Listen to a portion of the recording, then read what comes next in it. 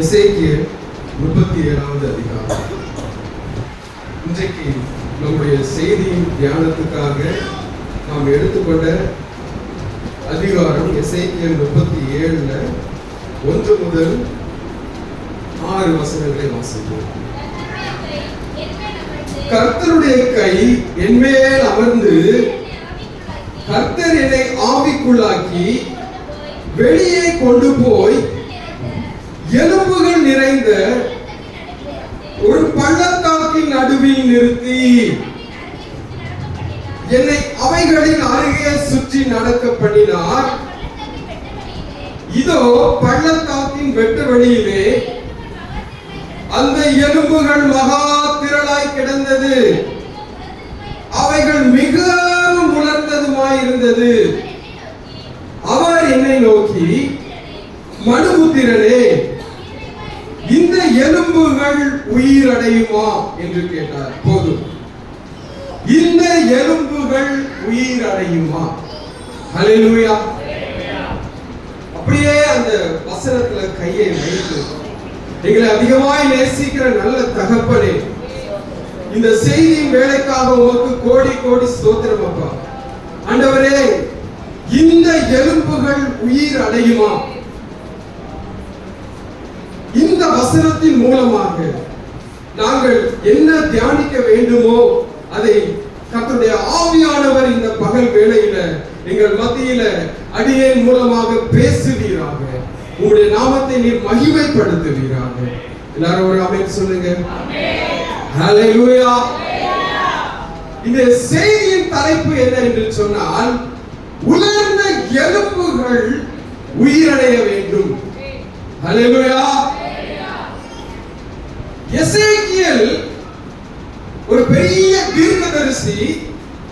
அந்த எசேக்கியேல் தீர்க்கதரிசிய ஆண்டவர் ஆவிக்குள்ளாக்கி ஒரு காரியத்தை காண்பிக்கிறார். ஒரு எலும்புகள் நிறைந்த பள்ளத்தாக்குக்கு அவர் கொண்டு போய் அங்கே அந்த எலும்புகள் மத்தியில எசேக்கியேல் தீர்க்கதரிசியை நிறுத்தி அவர் என்ன பண்ணுகிறார் என்று சொன்னால், முதலாவதாக ஆண்டவருடைய கை இந்த எசேக்கியேல் தீர்க்கதரிசி மேல அமர்ந்தது. ஹல்லேலூயா. ஆண்டவருடைய கை சில நேரங்கள்ல தொடுவதற்காக ஒரு சிலருக்கு ஆண்டவர் ஒரு சிலரை தொடுகிற அனுபவத்துக்குள்ளாக நடத்துவார். ஆண்டவராகிய இயேசு இந்த ஆலயத்துல உலாவி ஒரு சிலரை தொடும்போது நம்முடைய வியாதி நீங்குகிறது, நம்மை பிடித்திருக்கிற பிசாசு நீங்குகிறது, நம்முடைய பலகீனம் நீங்குகிறது. அப்ப தொடுதல் என்று சொல்வது ஒரு அனுபவம். ஹல்லேலூயா. ஆண்டவராகிய இயேசு இந்த உலகத்துல வாழ்ந்தபோது 12 வருஷம் பெரும்பாடுள்ள ஸ்திரீயானவள் போய் அவருடைய வஸ்திரத்தின் ஓரத்தையாகிலும் நான் தொட்டால் சுகமாவேன் என்று சொல்லி ஆண்டவருடைய வஸ்திரத்தை தொட்டு சுகத்தை பெற்றுக் கொண்டார். ஹல்லேலூயா. இன்னும் ஆயிரக்கணக்கான லட்சக்கணக்கான ஜனங்களை ஆண்டவராகிய இயேசு தொட்டார், அவர்கள் சுகமானார்கள். இயேசுவை யார் தொட்டார்களோ அவர்களும் சுகமானார்கள். ஹல்லேலூயா. இது தொடுகிற அனுபவம். ஆனால் எசேக்கியேல் சொல்லுகிறார், ஆண்டவருடைய கரம், கர்த்தருடைய கரம் என் மேல் அமர்ந்தது. ஹல்லேலூயா. அது ஒரு நிரந்தரமான அமர்தல். ஹல்லேலூயா. அப்போ ஆண்டவருடைய கை ஒரு மனுஷன் மேல, ஒரு தீர்க்கதரிசி மேல அமர்கிறது என்று சொன்னால் அது ஒரு குறிப்பிட்ட காரியத்தை நிறைவேற்றுவதற்காக அமர்கிறது. ஹல்லேலூயா. எஸ்ரா 7வது அதிகாரம் 6வது வசனத்தை நாம வாசிக்கும் போது, இந்த எஸ்ரா இஸ்ரவேலின் தேவனாகிய கர்த்தர் அருளிய மோசேயின் நியாயப்பிரமாணத்துல ஒரு தேறின வேதபாரகனாய் இருந்தார். ஹல்லேலூயா. அவருடைய தேவனாகிய கர்த்தருடைய கரம் அவன் மேல் இருந்ததினால், அந்த வார்த்தை நன்றாக கவனிங்க, அவனுடைய தேவனாகிய கர்த்தருடைய கரம் அவன் மேல் இருந்ததினால் அவன் கேட்டவைகளை எல்லாம் ராஜா அவனுக்கு கொடுத்தார். ஹல்லேலூயா. இன்றைக்கும் ஆண்டவராகிய இயேசு கிறிஸ்துவின் கரம் உங்க மேல அமர்ந்திருக்குமே ஆனால் நீங்க கேட்கிறதை எல்லாம் பெற்றுக் கொள்வீர்கள். ஆமென். ஹல்லேலூயா. இரண்டாவதாக அதே எஸ்ரா 8வது அதிகாரம் 31வது வசனம் இப்படியாக சொல்கிறது, நாங்கள் எருசலேமுக்கு போக 1ஆம் மாதம் 12ஆம் தேதியிலே அகாவா நதியை விட்டு பயணம் புறப்பட்டோம். எங்கள் தேவனுடைய கரம் எங்கள் மேல் இருந்து, ஹல்லேலூயா, எங்கள் தேவனுடைய கரம் எங்கள் மேல் இருந்து வழியிலே சத்துருவின் கைக்கும் பதிவிருக்கிறவர்களின் கைக்கும் எங்களை தப்புவித்தது. இரண்டாவதாக ஆண்டவருடைய கரம் ஒரு கூட்ட ஜனத்தின் மேல் அமர்ந்திருந்தது. எதற்காக அமர்ந்திருந்தது என்று சொன்னால், சத்துருக்களின் கைக்கு அவர்களை தப்புவிக்கும்படியாக. ஹல்லேலூயா. முதலாவதாக கர்த்தருடைய கரம் உங்க மேல அமருமே ஆனால் நீங்க வேண்டிக் கொள்வதை எல்லாம் பெற்றுக் கொள்வீர்கள். ஹல்லேலூயா. இரண்டாவதாக தேவனுடைய கரம் உங்க சிரசின் மேல அமருமே ஆனால் உங்க சத்துருக்கள் உங்களை கண்டு ஓடி போவார்கள். ஆமென். ஹல்லேலூயா. இங்கே எசேக்கியேல் தீர்க்கதரிசியின் சிரசின் மேல கர்த்தருடைய கரம் முதலாவதாக அமர்கிறது. ஹல்லேலூயா. இரண்டாவதாக எசேக்கியேல் தீர்க்கதரிசிக்கு அங்க நடந்த காரியம் என்ன? இரண்டாவதாக ஆண்டவர் அந்த எசேக்கியேலை ஆவிக்குள்ளாக்கினார் என்று வேதம் சொல்கிறது. ஆவிக்குள்ளாதல் என்று சொல்லும்போது என்ன? ஆவிக்குள்ளாதல் என்று சொல்லும்போது ஒரு மனுஷனுடைய சரீரம் இருக்கிற இடத்துல இருக்கிற பிரகாரமாவே இருக்கும். ஆனா உள்ளான மனுஷனை ஆண்டவர் வெளி உலகத்துக்கு எடுத்து கொண்டு வருவார். ஹல்லேலூயா. ஹல்லேலூயா. யோவான் பத்மு தீவுல இருக்கும்போது அடிக்கடி யோவான ஆண்டவர் ஆவிக்குள்ளாக்கி அநேக பரலோக தரிசனங்களை காண்பித்தார். அததான் நம்ம வெளிப்படுத்துற விசேஷத்துல நாம வாசிக்கிறோம். ஹல்லேலூயா. ஆவிக்குள்ளாகிற அனுபவம் என்று சொல்லும்போது நம்முடைய உள்ளான ஆத்மா, உள்ளான மனுஷனை ஆண்டவர் அப்படியே வேறு பிரித்து எடுக்கிறார். ஒரு குறிப்பிட்ட தரிசனத்தை காண்பிக்கும்படியாக, ஒரு குறிப்பிட்ட காரியத்தை அப்படியே ஒரு படம் திரையில ஓடுவது போல அதை காண்பிப்பதற்காக, ஒரு குறிப்பிட்ட நோக்கத்திற்காக தேவனுடைய கரம் தேவ பிள்ளைகளை ஆவிக்குள்ளாக்குகிறது. ஹல்லேலூயா. ஹல்லேலூயா.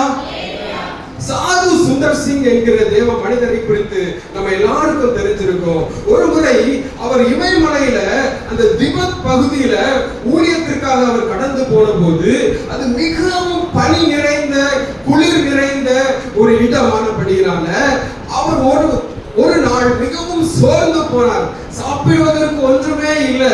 அவருடைய உடல்ல போதுமான வெப்பம் இல்லை. அவரை அறியாமலே அவருடைய கால்கள் தடுமாறி ஒரு பனி சறுக்குல சறுக்கி ஒரு புகை முன்பதாக போய் விழுந்தாராம். அப்போ திடீரென்று பார்க்கும்போது அங்கே ஒரு மனுஷன் மெலிந்த தேகத்தோடு நீண்ட தாடி வளர்த்தவராக ஒரு உருவத்தை அங்க பார்க்கிறாரு. யாரு? இந்த சாது சுந்தர் சிங். அப்போ முதலாவதாக அவர் பார்த்த உடனே நினைத்தாரு, இது யாரோ ஒரு இந்து சாமியார் தவம் இருக்கிறார் அப்படின்னு சொல்லி நினைத்தார். ஆனா அவரோடு கூட பேசும்போது அவர் சாது சுந்தர் சிங்கோடு கூட பேச ஆரம்பித்தார்.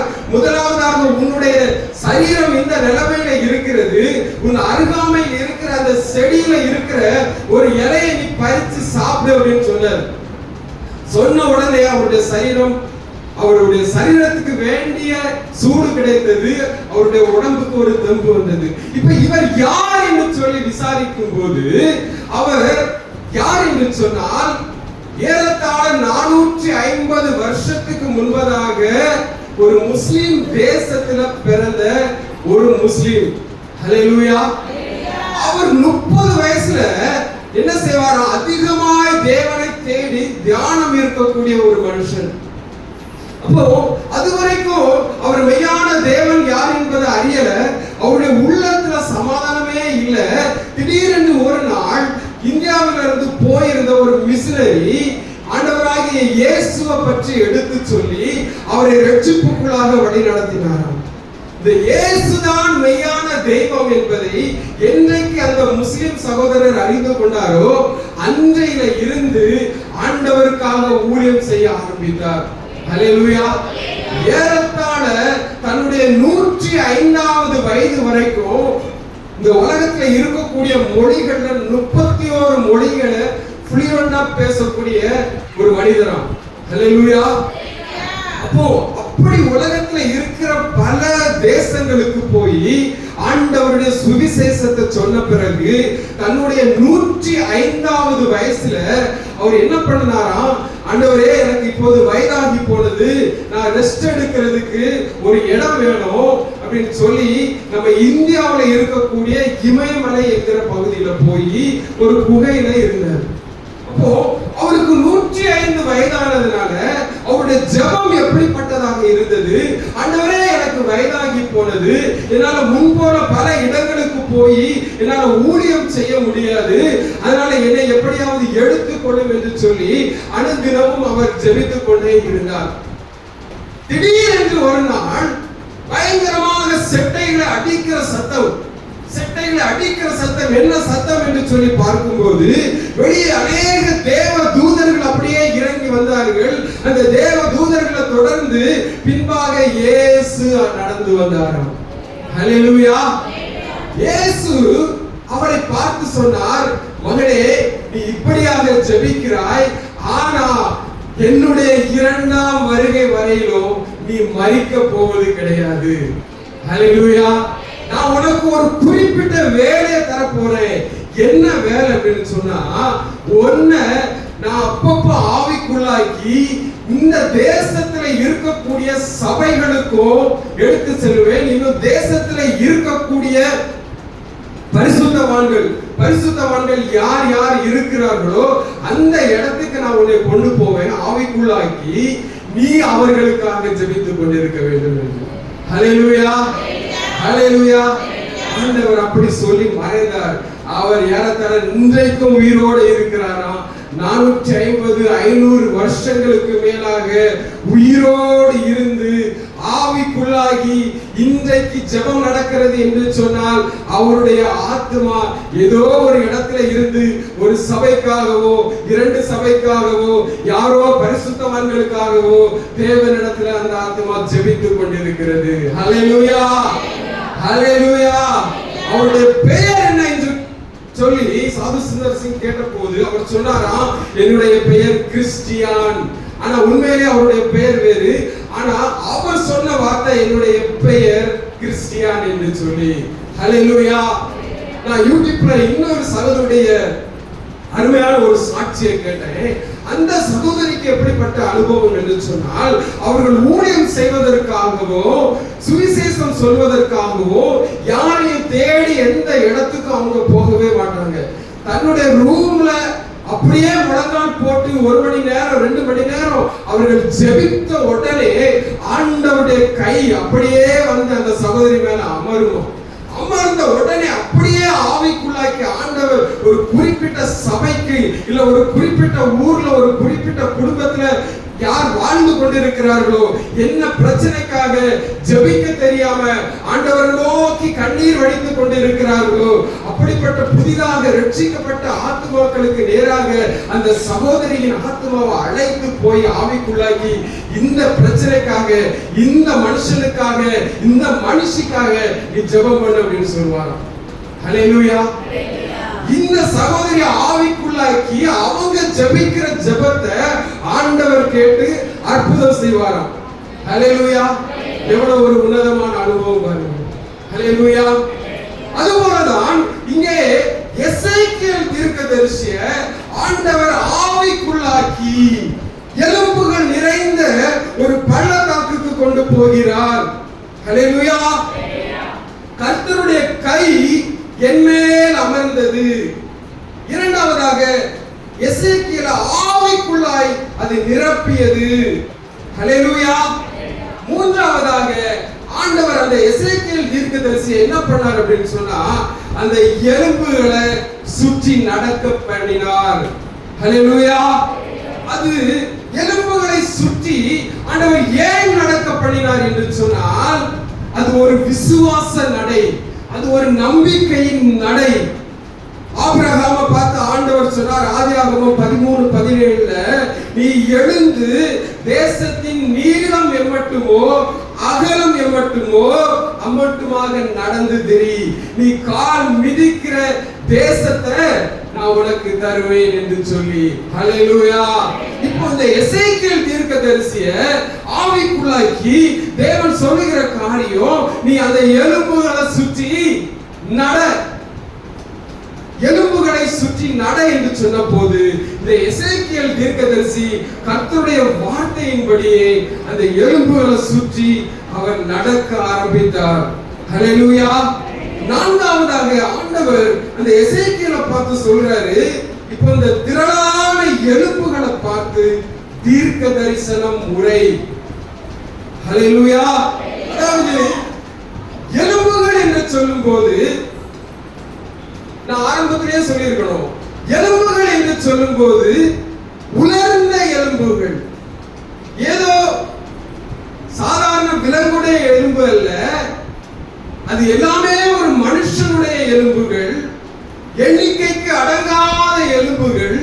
பள்ளத்தாக்கு என்று சொல்லும் போது 2 மலைகளுக்கு நடுவே இருக்கக்கூடிய மிகவும் பள்ளமான ஒரு பகுதி. அந்த பகுதியிலே செத்து கிடக்கிற பிணங்களுடைய எலும்புகள். அந்த எலும்புகள் எப்படிப்பட்ட சூழ்நிலையில் இருந்தது என்று சொன்னால் மிகவும் உலர்ந்து போயிருந்தது.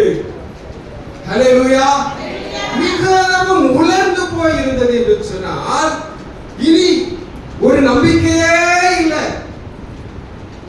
அந்த எலும்புகள் நடுவில் தான் எசேக்கியேல் தீர்க்கதரிசியை கொண்டு போய் ஆண்டவர் கேட்கிறார், இந்த எலும்புகள் மனுபுத்திரனே, இந்த எலும்புகள் உயிரடையுமா என்று சொல்லி. ஹல்லேலூயா. அந்த எலும்புகள் எல்லாம் யார் அப்படின்னு சொன்னா இஸ்ரவேல் ஜனங்கள். நீங்க தொடர்ந்து வாசிக்கும் போது அந்த உலர்ந்த எலும்புகள் யார் என்று சொல்லி வாசிக்கும் போது அது இஸ்ரவேல் ஜனங்கள் என்று தேவன் சொல்லுகிறார். ஏன் இஸ்ரவேல் ஜனங்கள் இந்த உலர்ந்த எலும்புகளை போல இருக்கிறாங்க என்று சொன்னால், ஆண்டவருடைய வார்த்தையின்படி நடக்காம, ஆண்டவருடைய நியாய பிரமாணத்தின்படி நடக்காம, அவருடைய கற்பனைகளின்படி நடக்காம, அவர்கள் ஏனோ தானோ என்று தேவன் அவர்களுக்கு கொடுத்திருந்த அந்த கானான் தேசத்துல அவர்கள் வாழ்ந்தபடியால் ஒரு நாள் வந்தது, தேவன் முழு யூதர்களையும் இஸ்ரவேலர்களையும் அவர் அடிமையாக விற்று போட்டார். பாபிலோனியர்கள் சிறை பிடித்துக் கொண்டு போனார்கள். இப்ப பாபிலோன்ல சிறை இருக்கக்கூடிய அந்த இஸ்ரவேல் ஜனங்களுக்கு எந்த ஒரு நம்பிக்கையும் இல்லை, ஒரு நம்பிக்கையும் இல்லை. இனி நம்ம சொந்த தேசத்துக்கு போவோம், நம்ம யூத தேசத்துக்கு போவோம் என்கிற நம்பிக்கை முற்றிலுமாக ஒளிந்து போனது. ஏனென்று சொன்னால் அவர்களுடைய தேசமானது அழிக்கப்பட்டது. அவர்களுடைய வீடுகள்ல அந்நிய ஜாதியாரை குடியேற்றினார்கள். அவர்கள் வழிபட்ட அந்த தேவாலயமானது இடிக்கப்பட்டது, தீக்கு இரையாக்கப்பட்டது. அவருடைய சொந்த தேசத்திற்கு போவதற்கான எந்த வாய்ப்புமே இல்லாத ஒரு சூழ்நிலையில தேவன் எசேக்கியேல் தீர்க்கதரிசியை பார்த்து சொல்றாரு, நீங்க உங்க தேசத்துக்கு போவீங்க, நீங்க உங்க தேசத்துக்கு போவீங்க, மறுபடியுமாக இந்த யூதர்களை நான் என்ன செய்வேன், துணிக்க பண்ணுவேன், அவருடைய தேசத்துக்கு நான் திரும்பி போக பண்ணுவேன்.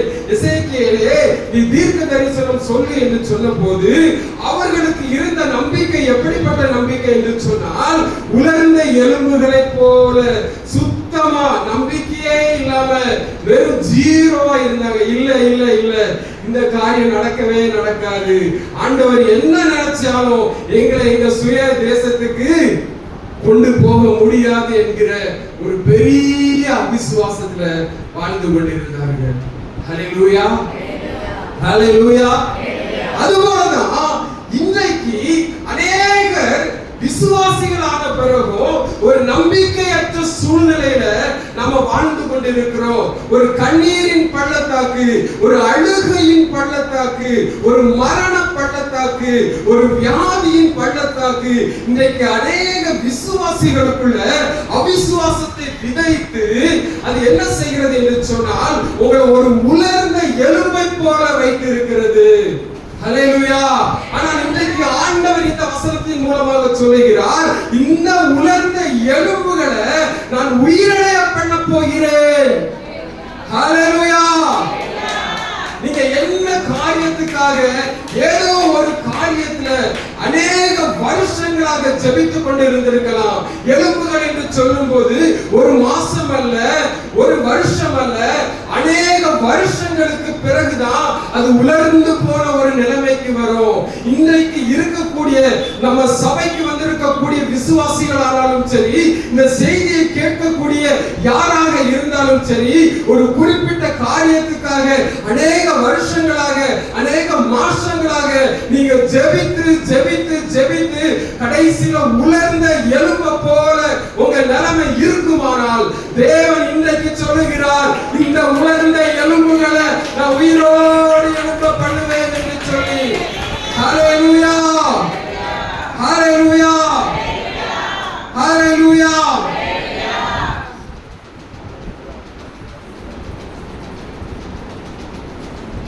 ஆண்டவர் அந்த எசேக்கியேல் தீர்க்கதரிசியை பார்த்து சொன்னார், எலும்புகள் உயிரடையும்படி ஆண்டவர் 4 வழிகளை சொன்னார். முதலாவதாக தேவன் சொன்ன காரியம் என்ன அப்படின்னா, நரம்புகளை சேர்ப்பேன். ஹல்லேலூயா. இரண்டாவதாக மாம்சத்தை உண்டாக்குவேன். மூன்றாவதாக அதை தோலினால் மூடுவேன். நாலாவதாக அவைகளின் மேல என் ஆவியை ஊற்றுவேன். ஹல்லேலூயா. 4 காரியங்களை தேவன் சொன்னார். நரம்புகளை சேர்ப்பேன், மாம்சத்தை உண்டாக்குவேன், தோலினால் மூடுவேன், என் ஆவியை அவைகள் மேல ஊற்றுவேன். ஹல்லேலூயா. முதலாவதாக ஆண்டவர் சொன்ன காரியம் நரம்புகளை சேர்ப்பேன். நரம்பு என்று சொன்னா பாருங்க, மனுஷனுடைய சரீரத்துல ஆண்டவர் ஒரு மனுஷனை எவ்வளவு அற்புதமா படைத்து வைத்திருக்கிறார் என்று சொன்னா, அவரை போல பெரிய அறிவாளி யாருமே கிடையாதுங்க. அவ்வளவு மகா ஞானி நம்முடைய தேவன். ஹல்லேலூயா.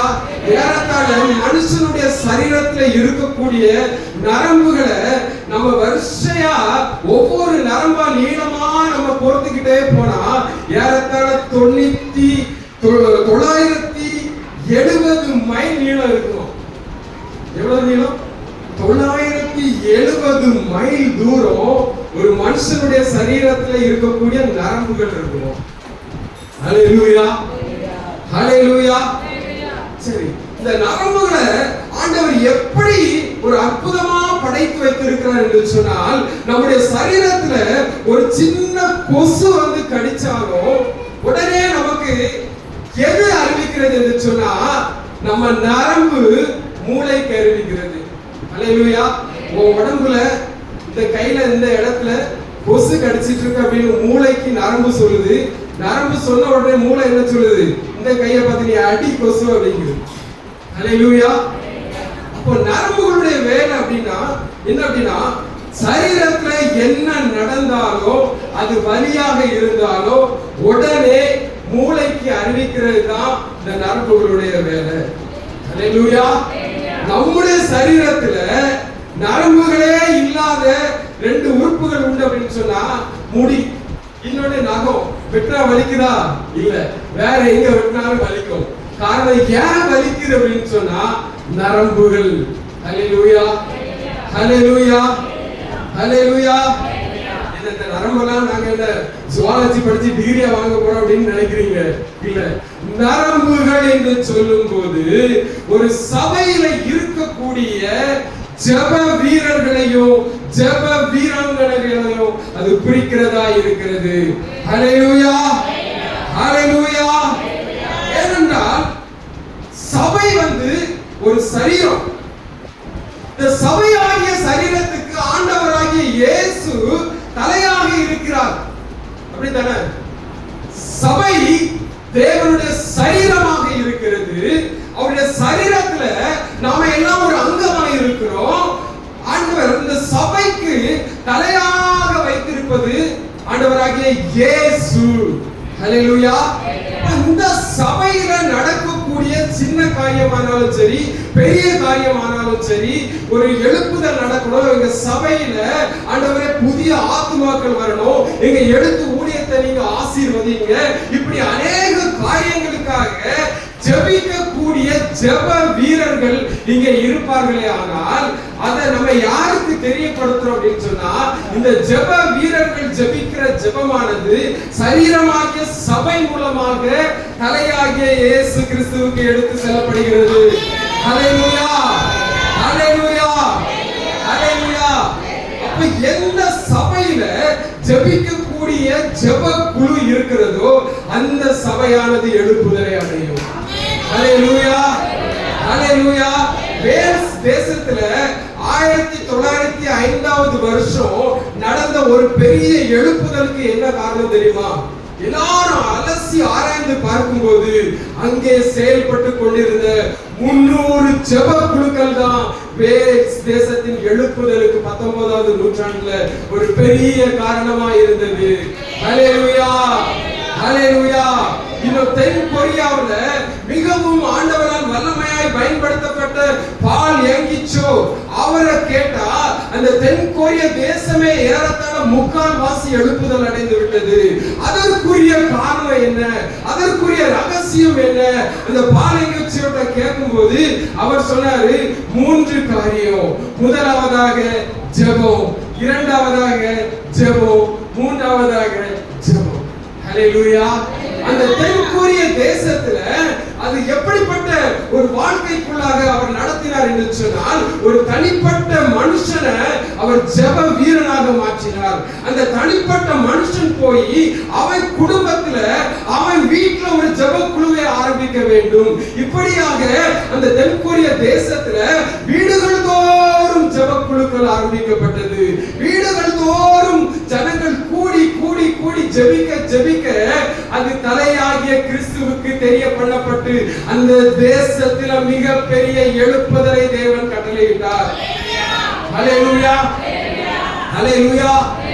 இன்னைக்கு இந்திய தேசம் ரட்சிக்கப்படணுமா? நம்ம ஊர் ரட்சிக்கப்படணுமா? நம்ம பட்டணம் ரட்சிக்கப்படணுமா? யார் ரட்சிக்கப்படணுமோ? நீங்க நரம்புகளாகிய ஜெப வீரர்கள் ஒரு சபையில எழும்பி ஜெபிக்கும் போது அந்த சபை உலர்ந்த எலும்பை போல இருந்தாலும் அதை ஆண்டவர் உயிரோடு கூட எழும்ப பண்ணுவார். ஹல்லேலூயா. நம்பிக்கையற்ற சூழ்நிலையில இருக்கக்கூடிய அநேக சபைகள் உண்டு. வெறும் சடங்காச்சாரத்துக்காக ஜெபத்தை நடத்தக்கூடிய அநேக சபைகள் உண்டு. அப்படிப்பட்ட சபைகளுக்கு இன்றைக்கு தேவன் சொல்லுகிற காரியம், அநேக ஜெப குழுக்கள் எழும்ப வேண்டும். அநேக நரம்புகள் உருவாக வேண்டும். நரம்புகள் உருவாகி ஜெபிக்கும் போது நம்முடைய தேசத்துல நம்முடைய ஊர்ல ஆண்டவர் ஒரு பெரிய எழுப்புதலை கட்டளையிடுவார். ஹல்லேலூயா. நம்முடைய சபை பாஸ்டர் அடிக்கடி சொல்லுவாங்க, நான் இந்த ஊரெல்லாம் சுற்றி நடந்து ஜெபம் பண்ணுவேன். இன்னைக்கு அங்க ஊர்ல வடக்க தெற்க எல்லா திசையிலும் இருந்து நம்ம சபைக்கு ஆட்கள் வந்திருக்கிறது என்று சொன்னார். அவங்க ஜெபித்த ஜெபம், ஹல்லேலூயா, அவங்க நரம்பா இருந்து ஜெபித்திருக்கிற ஒரு ஜெபம் தான் இன்றைக்கு இந்த ஆலயத்துக்குள்ள நம்மை கொண்டு வந்து இருக்கிறது. ஹல்லேலூயா. அப்போ முதலாவதாக தேவன் சொல்லுகிற காரியம், நரம்புகளை சேர்ப்பேன். இரண்டாவதாக மாம்சத்தை உண்டாக்குவேன். மாம்சம் என்று சொன்னால் என்ன?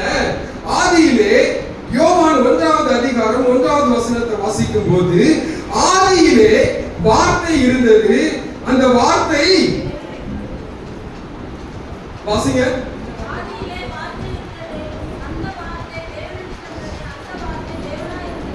அந்த வார்த்தை தேவனாய் இருந்தது. இன்னும் யோவான் 1ஆம் அதிகாரம் 14வது வசனத்தை நம்ம வாசிக்கும் போது, அந்த வார்த்தை மாம்சமாகி கிருபையினாலும் சத்தியத்தினாலும் நிறைந்தவராய் நமக்குள்ளே வாசம் பண்ணினார். அந்த வார்த்தை மாம்சமாகி, அப்போ மாம்சம் என்று சொன்னா ஆண்டவருடைய வார்த்தை. ஹல்லேலூயா. ஆண்டவருடைய வேத வசனம் தான் என்னது?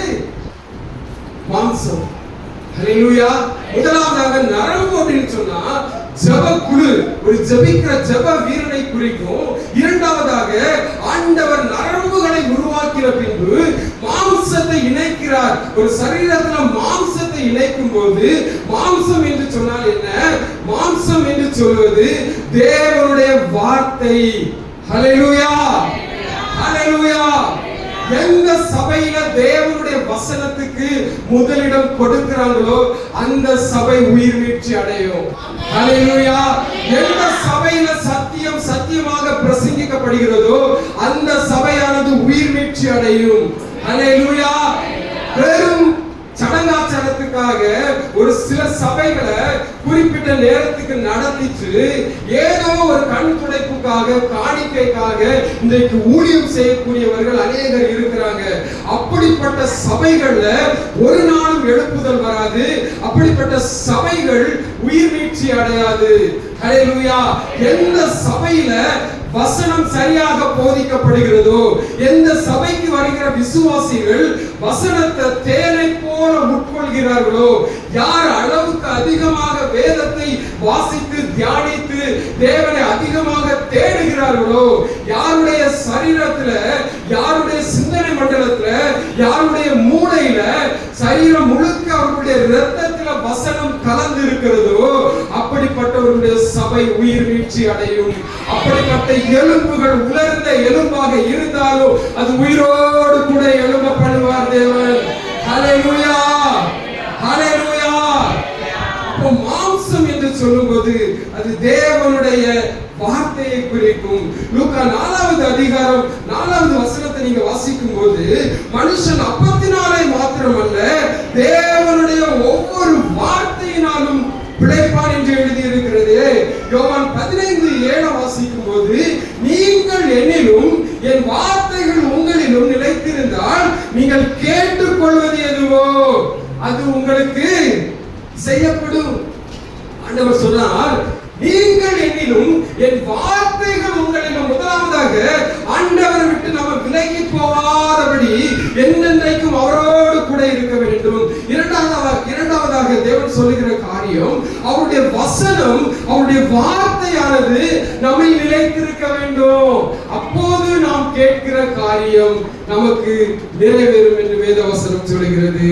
ஹல்லேலூயா, ஹல்லேலூயா, ஹல்லேலூயா. பாருங்க, ஒரு குறிப்பிட்ட பட்டணத்தாரை குறித்து வேதவசனம் சொல்லுகிறது.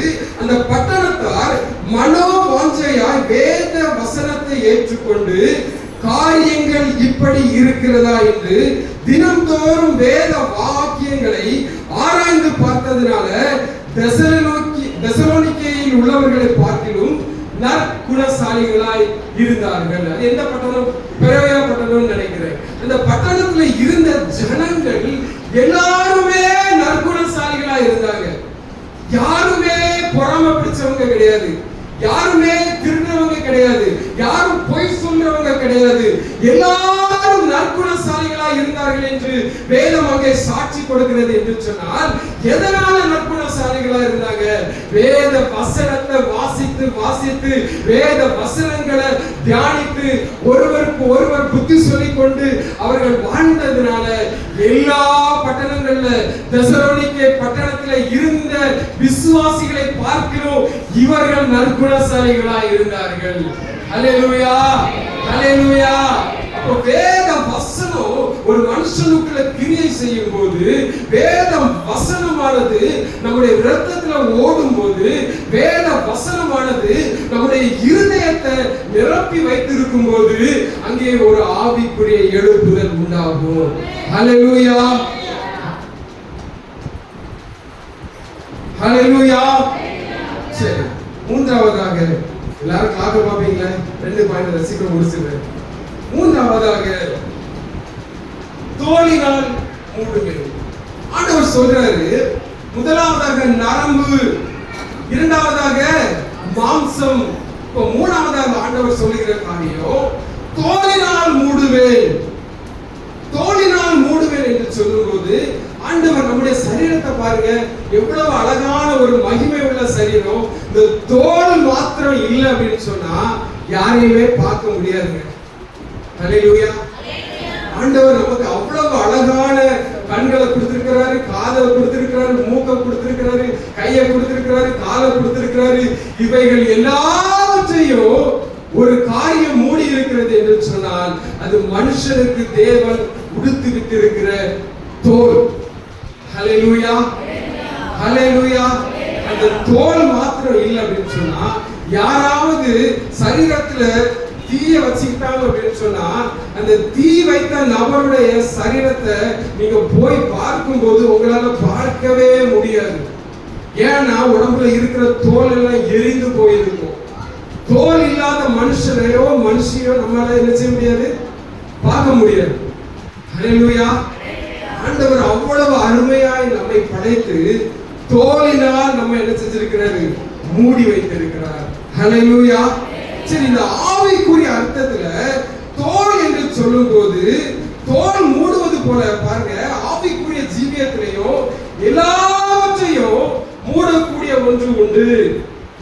அதுதான் 1 பேதுரு 4வது அதிகாரம் 8வது வசனத்தை நீங்க வாசித்து பார்க்கும்போது, அன்பு அன்பு திரளான பாவங்களை மூடும். ஹல்லேலூயா. அன்பு திரளான பாவங்களை மூடும்.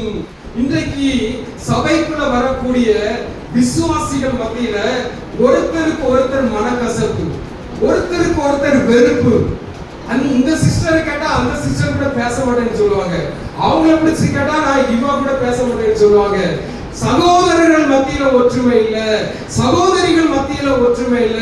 ஒரு சபைக்குள்ளேயே குழப்பங்கள், ஒரு சபைக்குள்ளேயே பிரிவினைகள், ஒரு சபைக்குள்ளேயே ஜாதி சண்டைகள். ஒரு சபையில எலெக்ஷனை வச்சு அந்த சபையில குறிப்பிட்ட போஸ்டுக்காக நிற்கும் போது, நீ நம்ம ஜாதி, நீ எனக்கு தான் ஓட்டு போடணும் அப்படின்னு சொல்லி ஜாதியை குறித்து பேசுகிற சபைகள் இன்றைக்கும் இருக்கிறது. ஹல்லேலூயா. ஓட்டுக்காக அடி போட்டு சண்டை போட்டு குத்துப்படி ஆகி போலீஸ் ஸ்டேஷனுக்கு போய் ஆண்டவராகிய இயேசுவின் நாமத்தை தூசிக்கிற சபைகள் இருக்கிறது. ஹல்லேலூயா. இது அப்படி பாக்குறீங்க, இருக்குதா இல்லையா? ஹல்லேலூயா. ஒரு சபையில இருக்கக்கூடிய மன கசப்புகள், ஒருவேளை உங்க வீட்டுல இருக்கக்கூடிய யார் மேலேயாவது உங்களுக்கு மனக்கசப்பு இருக்கலாம், உங்க பக்கத்து வீட்டுக்காரங்க மேல மனக்கசப்பு இருக்கலாம், உங்க பிள்ளைகள் மேல உங்களுக்கு மனக்கசப்பு இருக்கலாம், உங்க கூட பிறந்த சகோதரி மேல உங்களுக்கு மனக்கசப்பு இருக்கலாம். ஆனா ஆண்டவருடைய இரத்தத்தால கழுவப்பட்ட பிள்ளைகள் என்ன செய்யணுமா, அவர்களை மனதார மன்னிக்கணும். ஹல்லேலூயா. நீங்க மன்னிக்கணும் அப்படின்னு சொன்னா உங்களுக்கு தேவை அன்பு. அன்பு திரளான பாவங்களை என்ன செய்யும், மூடும். அது எப்படிப்பட்ட பாவம் செஞ்சிருந்தாலும் அன்பு உங்களுக்குள்ள இருக்குமே. ஆனால் தேவ அன்பு, சாதாரண அன்பு அல்ல, தேவ அன்பு உங்களுக்குள்ள இருக்குமே. ஆனால் அவர்களை நீங்க மன்னித்து ஏற்றுக்கொள்வீர்கள். ஹல்லேலூயா, ஹல்லேலூயா. தோலினால் மூடக்கூடிய காரியம் அப்படின்னு சொன்னா, உங்களுக்கு விரோதமாக அநேக காரியங்கள், உங்களுக்கு விரோதமா, ஒரு விசுவாசிக்கு விரோதமா அநேக காரியங்கள், அநேக மனுஷர்கள் எழுப்பி இருக்கலாம், அநேக பிரச்சனைகள் வந்திருக்கலாம், ஒரு குறிப்பிட்ட நபர் மூலமா அநேக போராட்டங்களை நீங்க சந்திச்சிருக்கலாம். ஆனா தேவன் சொல்லுகிறார், அவர்களை எல்லாம் நீ மனதார மன்னித்து ஏற்றுக்கொள். ஹல்லேலூயா. அன்பு திரளான பாவங்களை மூடும். ஒரு விசுவாசியுடைய வாழ்க்கையில அன்பு மட்டும் இருக்குமே. ஆனால் அதெல்லாம் பாருங்க, கொரிந்தியர்ல முழுவதுமாக அதை நம்ம வாசிக்கிறதுக்கு இப்போ நேரம் இல்லை. கொரிந்தியர்ல பாத்தீங்கன்னா 1 கொரிந்தியர் 13:1 இருந்து நம்ம வாசிக்கும் போது, அன்பு எனக்கு இராவிட்டால், அன்பு எனக்கு இராவிட்டால் வரிசையா நம்ம வாசிக்கும் போது, ஒவ்வொரு காரியங்களையும் நம்ம வாசிக்கும் போது அன்பு பிரதானமாய் நமக்கு தேவை. ஹல்லேலூயா. ஆண்டவராகிய இயேசுவை நான் விசுவாசிக்கிறேன், அவர்தான் என்னுடைய தகப்பன் என்று சொல்லுகிற உனக்கு, அவருடைய பிள்ளையாகிய உனக்கு அவருக்குள்ள என்ன அன்பு இருந்ததோ அதே அன்பு உனக்கு இருக்கணும். ஹல்லேலூயா. பக்கத்துல வந்து கை பிடிச்சு கேளுங்க, உங்களுக்கு அன்பு இருக்கான்னு கேளுங்க. என்ன சொல்றாங்க? அப்போ உங்களுக்கு யாராவது அநியாயம் பண்ணியிருந்தா, உங்களுக்கு யாராவது தீங்கு பண்ணியிருந்தா, இந்த அன்பு என்கிற தோல் இன்றைக்கு அதை மூடணும். ஹல்லேலூயா, ஹல்லேலூயா. இல்ல அப்படின்னா உங்க உலர்ந்து போன வாழ்க்கை, உலர்ந்த எலும்பை போல இருக்கிற வாழ்க்கை உயிர் மீட்சி அடையாது. உங்க ஆவிக்குரிய வாழ்க்கையில உலர்ந்த எலும்புகள் உயிர் பெறாது. நீங்க மனதார ஒருத்தரை மன்னிக்கும் போது, உங்க இருதயத்துல மனதார தேவ அன்பு இருக்கும்போது, அடுத்தவர்களை நீங்க நேசிக்கும் போது, வேத வசனம் என்ன சொல்கிறது என்று சொன்னால், ஆண்டவராகிய இயேசு கிட்ட ஒரு மனுஷன் வந்து கேட்கிறான், ஐயரே, கற்பனைகள்ல பிரதான கற்பனை எது? உன்னை நீ நேசிப்பது போல. ஆண்டவர் சொன்னார், உன்னை நீ நேசிப்பது போல பிறனையும் நேசி. யாரைக்கலாம் ஒரு 10 நிமிஷம் பிடிச்சிருக்கேன் பாருங்க. வெளிநாட்டுல உண்மையாக நடந்த ஒரு சம்பவம் என்ன அப்படின்னு சொன்னா, ஒரு அருமையான ஒரு பெற்றோருக்கு ஒரே ஒரு மகன். அந்த மகன் வந்து மிலிட்டரியில வேலை செஞ்சுட்டு இருந்தான். அப்போ அவர்களுடைய நாட்டுக்கும் பக்கத்து நாட்டுக்கும் சண்டை வரும்போது, அந்த மிலிட்டரியில வேலை செஞ்ச அந்த மகனுடைய 2 கால்களும் போய்விட்டது. அந்த 2 கால்களும் போன உடனே இப்போ அவனுடைய உள்ளத்துல ஒரு எண்ணம் வருகிறது, நான் என் தாய்க்கும் தகப்பனுக்கும் ஒரே பிள்ளை, ஆனா இப்ப என்னுடைய 2 கால்களும் போயிட்டு நானும் வாலிபனா இருக்கிறேன், அவர்களோ வயதான தாய் தகப்பன், ஏறத்தாழ 65-70 வயசு உள்ள ஒரு தாய் தகப்பன். நான் என் வீட்டுக்கு போனா 2 கால் இல்லாதவனா போனா அவர்களுக்கு நான் ஒரு பாரமா இருப்பேனே அப்படின்னு சொல்லி அவன் என்ன செஞ்சான் அப்படின்னு சொன்னா, இப்போ தன்னுடைய தாய்க்கும் தகப்பனுக்கும் போன் பண்றான், அம்மா இந்த மாதிரி நான் வேலை செய்யற இடத்துல ஒரு யுத்தம் நடக்கும் போது நான் உயிருக்குயிராய் நேசிக்கக்கூடிய என்னுடைய நண்பனுக்கு 2 காலும் போயிடுச்சு, அவனை நம்ம வீட்டுல கொண்டு வந்து கொஞ்ச நாள் பராமரிக்கணும்னு நான் ஆசைப்படுறேன் அப்படின்னு சொன்ன உடனே அவங்க தாயும் தகப்பனும் சொன்ன வார்த்தை என்ன, மகனே, அவனை பராமரிப்பது 1 நாள் 2 நாள் என்று சொன்னால் பரவாயில்லை, வருஷ கணக்கில் பராமரிக்க வேண்டும் என்று சொன்னால் அது கூடாத காரியம், நம்ம எப்படி அவனை பராமரிக்க முடியும், அது முடியாது என்று சொன்ன போது அவன் தற்கொலை பண்ணி செத்து போனான். அதன் பின்புதான் உங்க மகன் இறந்து போனா என்று சொன்ன பிறகு இவர்களுக்கு தெரிந்தது, தன்னுடைய மகன் தான் அவர்களுக்கு போன் பண்ணி இருக்கிறான், 2 கால்களையும் இழந்தவன் அவன் தான் என்று சொல்லி. அப்போ தன்னுடைய மகனை நேசிக்க தெரிந்த அந்த பெற்றோருக்கு அடுத்த பிள்ளையை நேசிக்க தெரியல. உங்க பிள்ளையை நீங்க எவ்வளவாய் நேசிக்கிறீர்களோ அதுபோல பக்கத்து வீட்டு பிள்ளையும் நேசிக்கணும். ஹல்லேலூயா. உங்க மகள் மேல, உங்க மகள் மேல, உங்க பிள்ளைகள் மேல எவ்வளவு அன்பு வைத்திருக்கிறீர்களோ அதுபோல அடுத்தவர்கள் மேலையும் நாம அன்பு வைக்கணும். அதுதான் வேதம் நமக்கு கற்றுக் கொடுக்கிறது.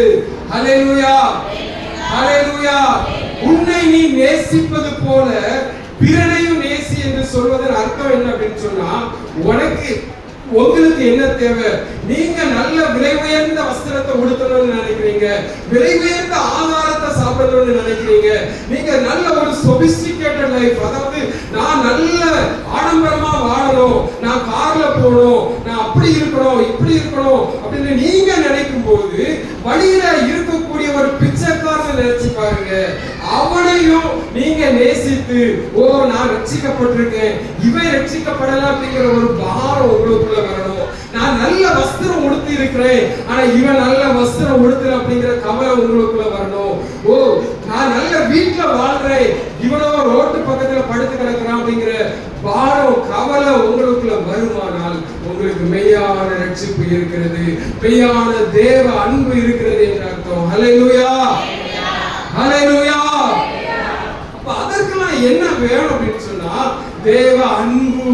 தேவ அன்பு என்கிற காரியம் எல்லாவற்றையும் அது மூடும், திரளான பாவங்களை மூடும், பிறரை அது நேசிக்க சொல்லும். அப்படிப்பட்ட இருதயம் உள்ளவர்கள் உள்ளத்துல இருதயம் கொழுந்து விட்டு எரியும். அவர்கள் ஜெபிக்கும் போது தேசத்துல ஒரு பெரிய எழுப்புதல் உண்டாகும். உலர்ந்து போன நிலைமையில இருக்கக்கூடிய யாருடைய வாழ்க்கையும் அவர்கள் உயிரோடு கொண்டு வர முடியும். ஆமென் சொல்லுங்களேன். ஹல்லேலூயா. கடைசியாக ஒரு காரியத்தை வாசித்து முடிப்போம். ஆவியை கட்டளையிடுவேன். மிக மிக முக்கியமானது, கர்த்தருடைய ஆவி உலர்ந்த எலும்புகளுக்குள்ள கடந்து வர வேண்டும். ஆவி இல்லாம ஒரு நரம்போ மாம்சமோ தோலோ இருக்குமே ஆனால் அது ஒரு உயிரற்ற சடலமாக இருக்கும். இப்ப என்னெல்லாம் வந்துச்சு? நரம்பு வந்துச்சு, சதை வந்துடுச்சு, தோலை வந்துடுச்சு, ஆனா என்னது இல்ல? உயிர் இல்ல. ஹல்லேலூயா. உயிர் இல்ல. உயிர் கொடுக்கிற காரியம் அப்படின்னு சொன்னா அதுதான் கர்த்தருடைய ஆவி. ஹல்லேலூயா. கர்த்தருடைய ஆவி ஒரு மனுஷன் மேல கர்த்தருடைய ஆவிக்குரிய வரங்களும் ஆவிக்குரிய கனிகளும் ஒரு மனுஷனுக்குள்ள கிரியை செய்யுமானால், ஹல்லேலூயா, ஒவ்வொரு சபைக்கும் ஒவ்வொரு சபையில இருக்கக்கூடிய விசுவாசிகளுக்கும் இன்றைக்கு பிரதானமாக தேவை என்னது அப்படின்னு சொன்னா ஆவி. தேவனுடைய ஆவி உன்னதத்துல இருந்து அவருடைய ஆவி நம்ம மேல ஊற்றப்படும் போது, ஆவியின் வரங்களால தேவன் நிறைக்கும் போது, ஆவியின் கனிகளால தேவன் நிறைக்கும் போது ஒரு எழுப்புதல், உலர்ந்த எலும்பு உயிரோடு கூட எழும்பும். ஹல்லேலூயா. ஹல்லேலூயா. எல்லாரும் எழுந்து நிற்போம், ஒரு பாடலை பாடுவோம். உலர்ந்த எலும்புகள் உயிர் பெற்று எழ வேண்டும், ஒன்று சேர்ந்து குழு மனிதனாக வேண்டும். உலர்ந்த எலும்புகள் உயிர் பெற்று எழ வேண்டும், ஒன்று சேர்ந்து குழு மனிதனாக வேண்டும். ஐயா அசைவாடும் அசைவாடும் ஆவியான தேவா, ஐயா அசைவாடும் அசைவாடும் ஆவியான தேவா. நரம்புகள் உருவாகணும், உன் சிந்தை உண்டாகணும்.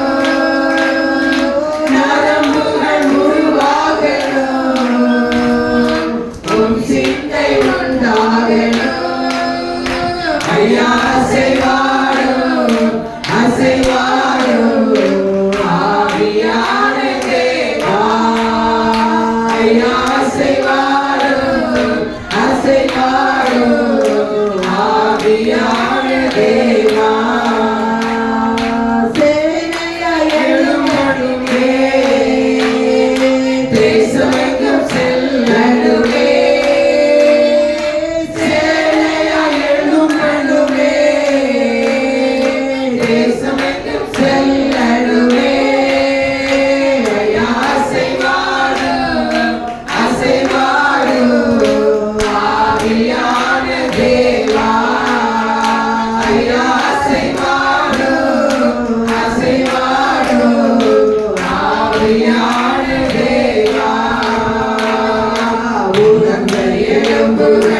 உயிர் பெற்று எழ வேண்டும், ஒன்று சேர்ந்து ஒரு மனிதனாக வேண்டும். உலர்ந்த எலும்புகள் உயிர் பெற்று எழ வேண்டும், ஒன்று சேர்ந்து ஒரு மனிதனாக வேண்டும். ஆமாண்டவரே, உலர்ந்த எலும்புகளை போல இன்றைக்கு அநேக சபைகள் இருக்கிறதப்பா. ஆண்டவரே, நீர் நரம்புகளால் அவைகளை இணைத்து, ஆண்டவரே மாம்சத்தால் இசைத்து, ஆண்டவரே தோளினால் மூடி உங்களுடைய ஆவியை ஊற்றும் போது அந்த உலர்ந்த எலும்பானது உயிரோடு கூட எழும்பி பெரிய சேனையாய் நின்றது என்று சொல்லி நாங்கள் வாசிக்கிறோம் ஐயா. ஆண்டவரே, அப்படிப்பட்ட அற்புதம் எங்க சபையில நடக்கட்டும். ஆண்டவரே, அநேக ஜெபிக்கிற நரம்புகளை உருவாக்குவீராக. அநேக ஜெபிக்கிற ஜெப குழுக்கள் எங்க சபையில உருவாகட்டும். ஆண்டவரே, எங்க ஊர்ல ஒரு எழுப்புதல் உண்டாகட்டும், எங்க பட்டணத்துல ஒரு எழுப்புதல் உண்டாகட்டும், எங்க தேசத்துல ஒரு அசைவு உண்டாகட்டும். உலகத்துல இருந்து தேவ ஆவி ஊற்றப்படுவதாக. ஆண்டவரே, ஆவிக்குரிய வரங்களினால வல்லமையினால ஒவ்வொருவரையும் நிரப்புங்கப்பா.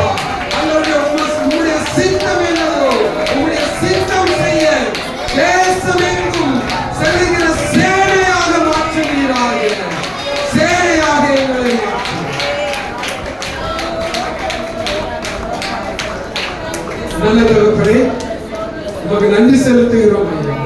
இந்த வேளையிலும் ஆண்டவரே உலர்ந்த எலும்புகள் உயிர் பெறுவதை குறித்து எங்களோடு நீர் பேசிய இடைப்பட்ட நல்ல வேலைக்காக உம்மை ஸ்தோத்தரிக்கிறோம், துதிக்கிறோம் ஐயா.